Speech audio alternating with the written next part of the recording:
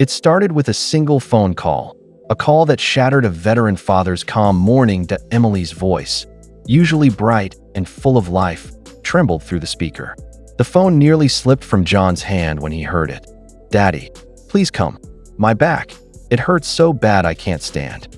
I don't know what's happening. Something feels wrong." Emily never sounded afraid. Never. She never called her father unless she truly needed him. But now her voice was thin, shaking, breaking. John's heart dropped. He could hear the fear she was trying to hide. Memories of battlefield emergencies flooded back. The same tone Marines used seconds before collapsing. He didn't waste a second. John grabbed his keys, and his retired K9 partner, Thor, was already waiting at the door, sensing something was wrong. Without hesitation, John pulled on his jacket and whistled for Thor. Minutes later, they burst into Emily's house. Emily tried to smile. "I'm fine, Dad. Really, just tired." Thor froze. The moment he stepped inside, his body stiffened. His nose lifted. His tail dropped. Then he sprinted to Emily, pressing his snout urgently against her lower back again and again, whining in panic. "Emily," John whispered, fear tightening his chest. "Thor thinks something's wrong. Something serious."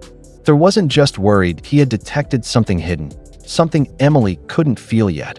And what the K9 revealed next, no one saw coming. Before we start, make sure to hit like, share, and subscribe. And really, I'm curious, where are you watching from? Drop your country name in the comments. I love seeing how far our stories travel. The morning sun had barely risen when Emily found herself staring at a mountain of dirty dishes stacked inside the sink. Foam overflowed onto the counter, the faucet still running, and the smell of burnt coffee lingered in the air. She pressed a hand to her lower back, wincing as a sharp ache shot through her side. "Not today," she whispered, trying to force a steady breath. She had a full shift ahead, bills to pay, and a house to manage alone. Pain wasn't part of the plan, but the ache kept growing, deep, pulsing, radiating down her hip until her knees almost buckled. A wave of dizziness washed over her. She grabbed the counter for support, heart pounding. Something wasn't right. Her phone buzzed on the edge of the cluttered counter. She fumbled for it and hit "Dad" without thinking. When her father answered, she didn't even try to sound brave. "Daddy, my back hurts," she whispered, voice cracking. I can't stand up straight." On the other end, retired Marine John Walker immediately straightened. He knew his daughter well enough to hear when fear lived between her words. "I'm coming," he said firmly. He grabbed his jacket, keys, and without hesitation, his retired K9 partner, Thor, rose to his feet. "We're on our way, sweetheart," John whispered, fear creeping beneath his calm tone. John barely waited for the engine to stop before rushing through Emily's front door, Thor trotting beside him with sharp focus. The moment they stepped inside, Emily forced a smile, brushing her hair behind her ear as if nothing were wrong. "Dad, I'm fine," she insisted weakly. "It's probably just stress. Or maybe I slept wrong." But Thor didn't believe that for a second. The retired K9's nose began sweeping the air, his posture shifting from relaxed to alert within moments. He paced a slow circle around Emily, sniffing with deliberate intensity. His tail lowered. His ears stiffened. John recognized the signs instantly. This wasn't normal curiosity. This was detection. "Thor?"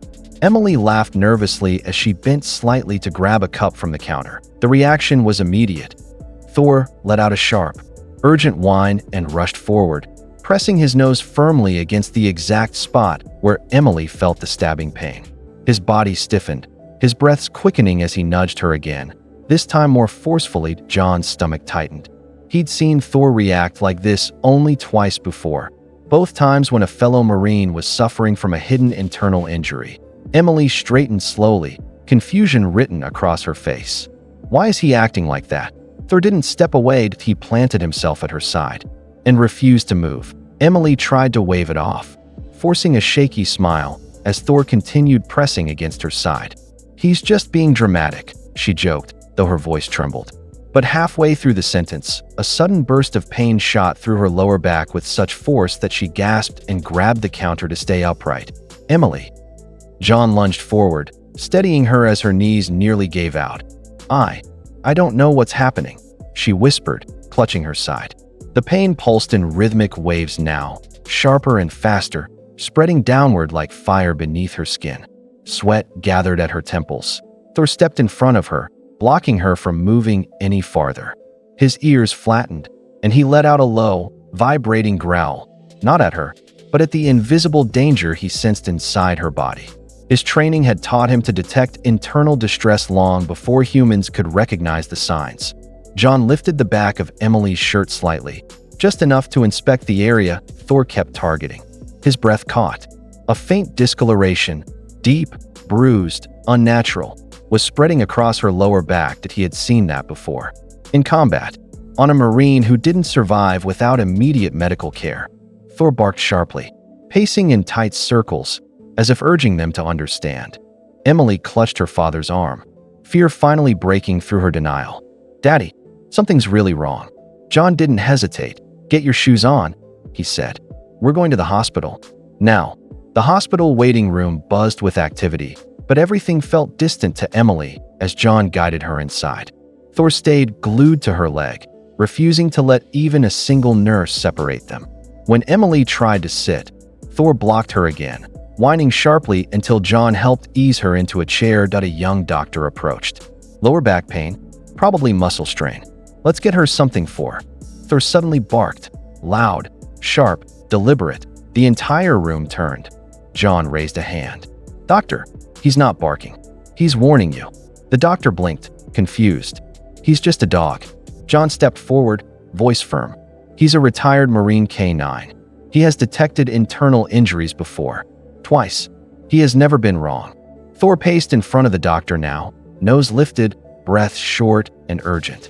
He nudged Emily again, pressing precisely on the same spot he detected at home. His tail stiffened, a sign John recognized from battlefield training. The doctor sighed, reluctantly agreeing. "Fine, we'll run a scan, just to be safe." Minutes later, everything changed. Emily lay on the examination table as the radiologist frowned at the screen. He called another doctor, then another. John felt the room shrink around him. Finally, the doctor returned, face pale. "There's internal inflammation and fluid buildup. Serious. If you waited even a day." He didn't finish. Emily covered her mouth, eyes filling. Thor rested his head gently on her lap, as if telling her, "I found it in time." Emily sat propped up against a stack of pillows, Verline in her arm, the hum of hospital machines filling the quiet room. Her father sat beside her, elbows on his knees, hands clasped tightly together. Thor lay at her feet, eyes half closed but alert, ever watchful, ever faithful. Emily reached down to stroke his fur, her voice trembling. He knew before I did." John nodded slowly. "Thor's done this before. More than once." Emily frowned. "What do you mean?" John leaned back, letting out a breath he'd been holding for years. "During my last deployment, one of my Marines collapsed. No visible injury. No warning. Doctors thought it was dehydration, but Thor wouldn't let them touch him until they ran scans." His voice softened. "Turned out he was bleeding internally. Thor saved his life, just like he saved yours." Emily's eyes widened, tears pooling. She looked at Thor with a new understanding. This wasn't just a loyal dog. This was a protector with instincts sharpened by war. A guardian who sensed danger before anyone could name it. "I should have listened sooner," she whispered. Thor lifted his head and nudged her hand. Forgiving her in an instant, John placed a hand over hers. "What matters is, you're safe. Because he didn't give up on you." And Emily finally understood. Thor had been watching over her long before today. Days later, Emily stepped carefully into her home, moving slower but smiling wider than she had in months. Her father walked beside her, carrying a small bag of medications, while Thor trotted proudly ahead, his tail wagging at every familiar corner. The house felt different now, warmer, safer, as if Thor had stamped his presence into every room.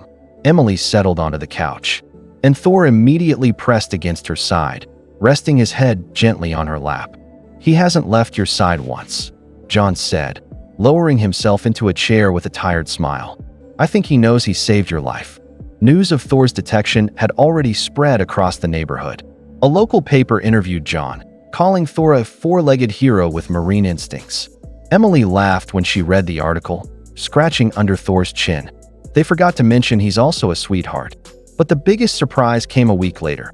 John walked in carrying a tiny German Shepherd puppy. Its ears were still floppy, its steps clumsy. Thor sniffed the pup, then nudged it gently toward Emily. "I thought," John said softly, "maybe Thor could teach a new recruit." Emily's eyes filled. She lifted the puppy onto her lap as Thor rested beside them, proud and protective. "He didn't just save your life," John whispered. "He gave you a future." Thor barked once, as if to say, "My mission isn't over."